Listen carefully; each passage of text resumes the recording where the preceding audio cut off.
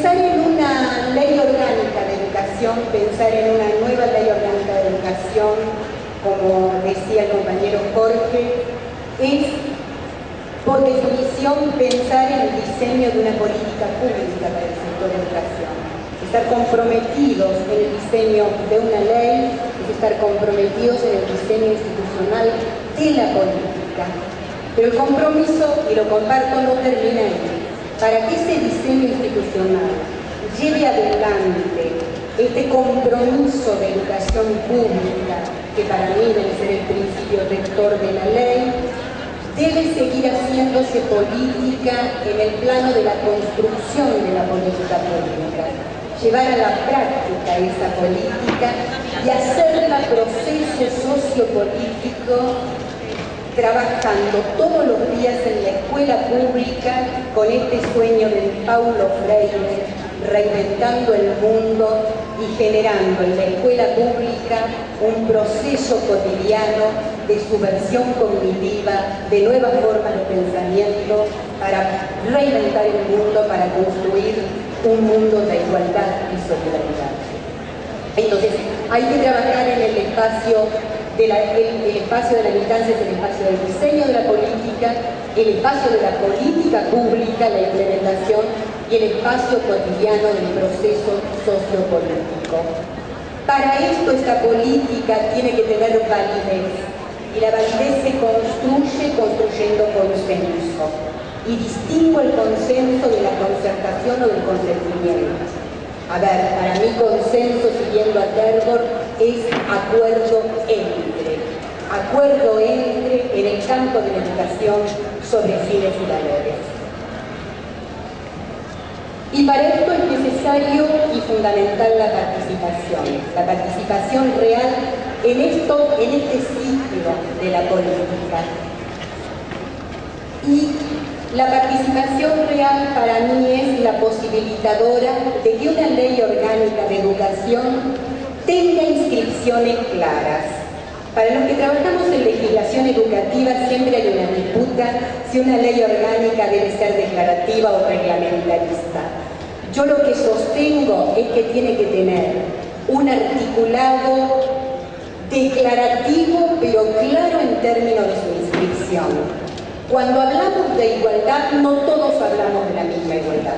Cuando hablamos de escuela pública, no todos hablamos de la misma escuela pública. Cuando hablamos de inclusión, no hablamos de lo mismo. Digo, por dar un ejemplo, para los paradigmas educativos disciplinadores, incluir era acomodar y subordinar al orden entendido como legítimo. Para los paradigmas educativos mercantilistas, incluir es adaptarse a la generación de condiciones de empleabilidad. Entonces, tiene que haber artículos declarativos, pero con inscripciones claras. ¿De qué hablamos? ¿Qué entendemos por escuela pública? ¿Qué entendemos por derecho a la educación? ¿Qué entendemos por inclusión? ¿Qué entendemos por justicia? ¿Qué entendemos por igualdad? Inscripciones claras y artículos regulatorios que promuevan, a mi juicio, un sistema de protección del derecho y de garantías para su ejercicio pleno. Si yo historizo las políticas educativas de esta provincia y voy a tomar las últimas décadas de recupero del régimen constitucional, esta provincia, que es una provincia joven, que había nacido bajo las líneas del constitucionalismo social, del derecho social a la educación, y los convencionales del 57 dijeron: acá llega la escuela como centro de cultura para generar una provincia justa. Ese ideario democrático fue destruido por las dictaduras que convirtieron a la escuela acá y en otros lados en agencias disciplinadoras. Con el recupero del régimen constitucional no hubo mucho tiempo para hacer esa herencia, y una herencia sin inventario ahí que quedó, y en ese proceso de recupero del régimen constitucional lo que nosotros advertimos es que se generó una tendencia dual. Por un lado, un ideario democrático y un colectivo de participación con compromiso de la UNTER, de la facultad, de la universidad, de las escuelas, de los institutos de formación docente, generando reforma educativa con participación, cambiando la formación docente, pensando de otra manera el nivel inicial, la escuela primaria, desde más o menos participando en los debates del Congreso Pedagógico. La segunda mitad de la década del 80 nos encontró abrazando un ideario democrático, pero además concretando modelos de reformas curriculares, de reformas escolares, y además legislando el proyecto de innovación educativa. Ahí tengo los números de las leyes, no vamos a abundar en eso, haciendo las resoluciones de regulación de la escuela primaria, pensando la ley de tratamiento integral de la población indígena, pensando la ley de permanencia para que el nivel medio no sea una agencia de echar a los adolescentes.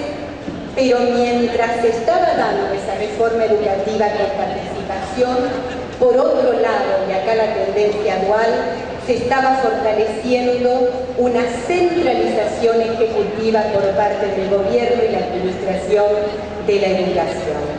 No por casualidad, compañeros y compañeras, mientras nosotros hacíamos currículum, queríamos reformar, se reordenaron, se generó el sistema de formación docente. Por otro lado, uno fue descubriendo a través de la investigación que se iba organizando una centralización ejecutiva, ubicando en el seno del Ministerio de Educación y del Consejo Provincial de Educación el cuerpo de funcionarios necesarios para la reconversión neoliberal. Por eso la ley orgánica tardó tanto en sancionarse. Mientras nosotros participábamos, se iba haciendo este reacomodamiento y la ley orgánica la comenzamos a discutir por el 86-87 y se sancionó en el 92. Y ahí empezamos a encontrar en esa ley, la 2444, principios de derecho social y principalidad del Estado con principios de la retórica y el modelo de política neoliberal. Entonces, si tomamos el periodo del 84 al 95 y después avanzamos, yo diría que hemos ido del ideario democrático a la democracia eficiente. ¿Por qué la democracia eficiente?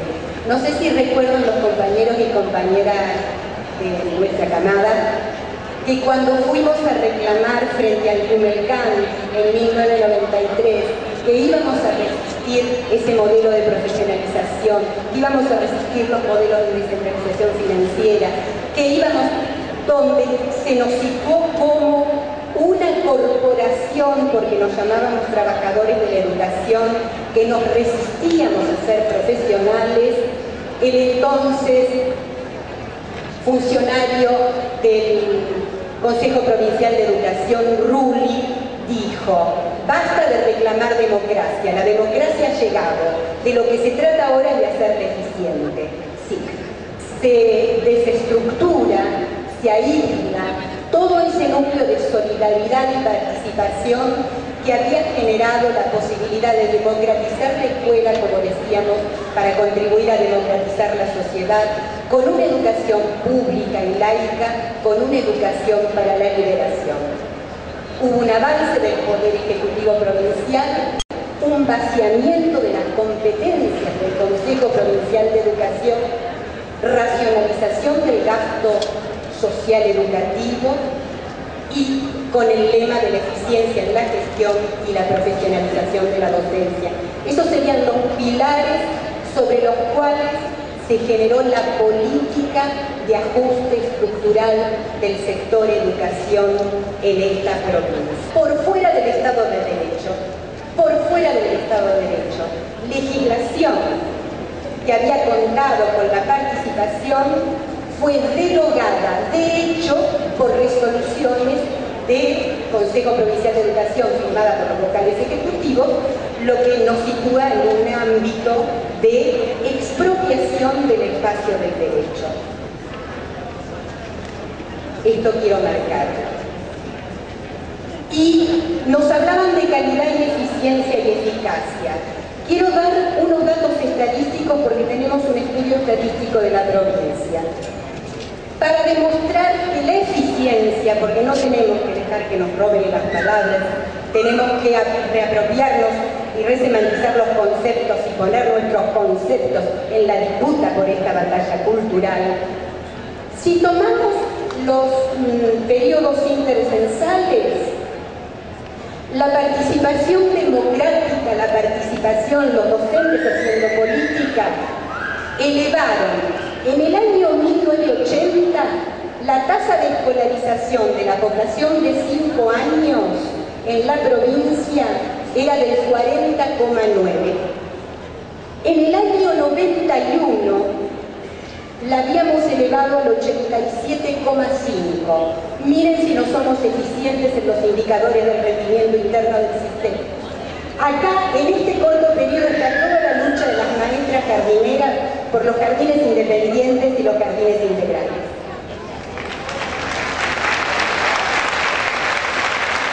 En el 2001, ajuste estructural de la democracia eficiente, la tasa baja a 80,10.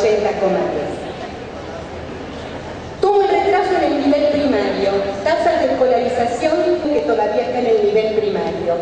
1980, 54,7. 1991, la política de participación la redujo al orden del 25,6 y la democracia eficiente la elevó en 3 puntos. Otro dato, hay muchos más. Condición de asistencia escolar de la población de 5 a 14 años. Edad obligatoria para la Ley Orgánica de Educación. No asiste, pero asistió.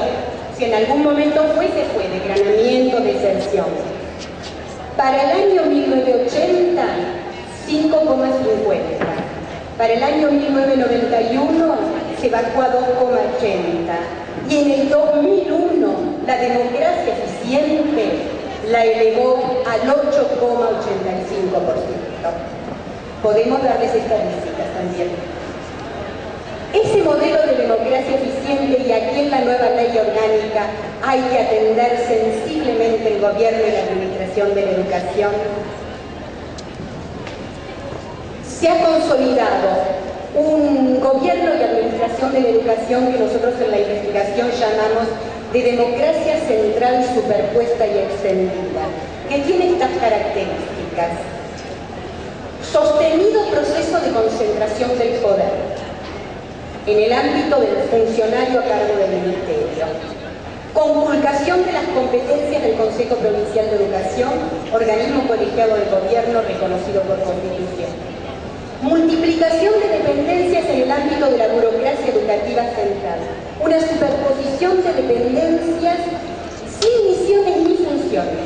Cuando uno va a las normativas, se crea el cargo, se nombra el funcionario y la normativa dice que las misiones y funciones se asignarán a posteriori. Esto nunca se hizo. Entonces uno puede reconocer hasta la licuación de los conflictos de las internas del partido gobernante en el poder en estos largos años de gobiernos radicales, porque uno ve cómo se conjugan los colores o cómo se conjugaban las distintas dependencias del ministerio, como licuación de conflictos, porque total al sector educación.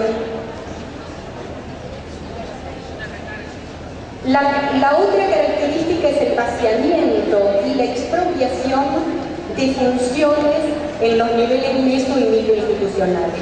Hubo una violenta expropiación de competencias y funciones, inhabilitándolo de tener recursos de poder para tomar decisiones, fundamentalmente hacia los supervisores, los directivos escolares y maestros y profesores. Centralización ejecutiva. Entonces deberíamos en la ley orgánica trabajar discutiendo sensiblemente una consideración político-democrática de descentralización educativa. El otro rasgo es la descentralización jerárquica. que no es una descentralización democrática. La descentralización jerárquica es una línea de mando a nivel central, delega las competencias y la correa de transmisión, que son las direcciones de nivel, las supervisiones y los directivos y las delegaciones regionales, hacen cumplir el mandato estatal y elevan los controles, monitoreos y controles hacia arriba. Esto es la descentralización jerárquica o descentralización del control que acompaña a la centralización ejecutiva. Ese es el modelo que hay que cambiar también, radicalmente. Las estructuras de la organización separadas, sin misiones, sin funciones, superpuestas. Entonces, en una disolución o dilución de la posibilidad de que desde las escuelas veamos, pero caramba, ¿quién toma la decisión? Nadie es responsable de nada en este modelo. Y la otra propiedad, este es el modelo del gerencialismo educativo o de la tecnoburocracia educativa que hay que cambiar. En este modelo, la concepción de política está fuertemente comprometida con concebir la política como la acción remedial del Estado frente al conflicto. Es decir, es una política de corto plazo, es una política de coyuntura, es una política de licuación de los conflictos y el Estado actúa cuando el conflicto aparece. En la concepción de política de acción remedial del Estado frente al conflicto hay una concepción de Estado. El Estado, para esta concepción de política que es profundamente conservadora, el Estado es aquel agente que sale a reparar, a compensar o a tratar de resolver problemas que son de la sociedad civil o de los individuos de la sociedad civil. Dicho de otra manera, que haya pobreza no es un problema de política de injusticia. Hay pobres, o hay porque no pueden convertirse en agentes económicos en el mercado, o hay sectores pobres porque tienen una cultura de la pobreza. ¿Se entiende? Y en esta concepción de política como acción remedial del Estado, el modo de hacer política es la informalización. En este modelo de hacer política de informalización, hay una relación del gobierno y la administración de la educación con las escuelas y los colectivos sociales y educativos informales. Esto es, actúan llevando el mandato estatal hacia esta escuela en particular para generar este proyecto político, esta experiencia piloto, para generar esta política de focalización. Y lo comunico a través de un mail. Esto lo estamos armando después de recorrer la provincia haciendo entrevistas. Me avisaron por mail, me lo informaron en una reunión de supervisores, me dijeron que hay que hacer esto. Y esta situación del modo informal de hacer política construye relaciones de hecho, que son relaciones sociales de hecho, que son antagónicas con las relaciones sociales de derecho. Porque en una relación social de hecho gana el más fuerte, el que tiene poder para definir la realidad, el que tiene poder para definir los problemas que supone que son la realidad y el que tiene los recursos de poder. Es una relación asimétrica, es una relación antidemocrática, es una relación reñida con la propia concepción de derecho. Por eso hay que tomar la sartén por el mango, hay que volver a construir significado de sistema educativo y no de servicio, de educación pública y no de oferta, de escuela pública y no escuela de gestión, de igualdad, y discutimos si la equidad puede ser un medio o de derecho porque el derecho contiene la libertad individual. Son libres con libertad individual en sociedades de derecho los propietarios. Las clases subalternas, la garantía de la libertad es el derecho.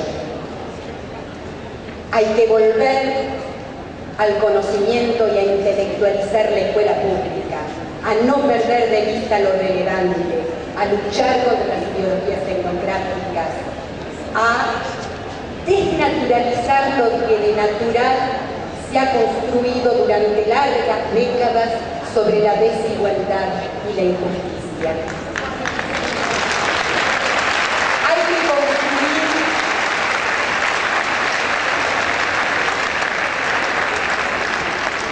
juntos, como proceso dinámico de construcción de sentidos, la identidad de nuestra escuela pública.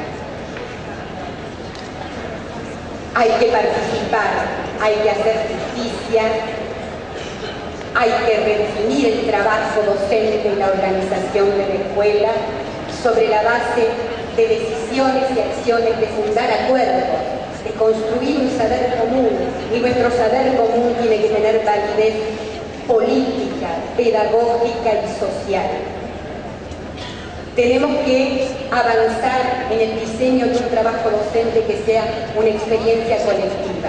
El trabajo docente, la tarea de enseñar, es tarea colectiva y es tarea compartida. Es praxis y es ejercicio de la crítica.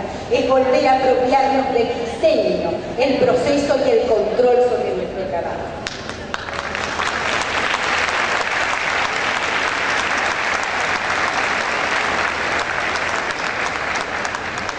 Cerrando, compañeros, a ver cómo respondemos a esto que este maestro Bernstein nos provocaba en 1990, a construir una ideología de escuela pública, popular, democrática, justa, de emancipación. Decía Bernstein, la ideología de una escuela puede considerarse como una construcción en un espejo a través del cual se reflejan imágenes. La cuestión es la siguiente, y aquí está la intelectualidad orgánica del conjunto de trabajadores de la educación.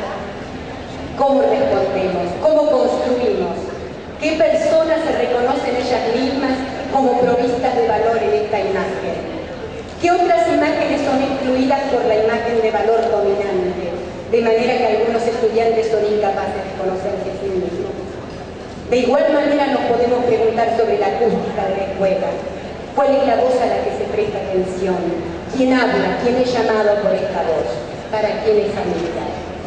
Estamos comprometidos, esto es un imperativo, es una tarea política, es una tarea pedagógica, es una tarea ética, no le podemos dar la espalda. Es hora, compañeros, de hacer desde la escuela pública subversión cognitiva para construir un mundo donde todos tengamos vida. Muchas gracias.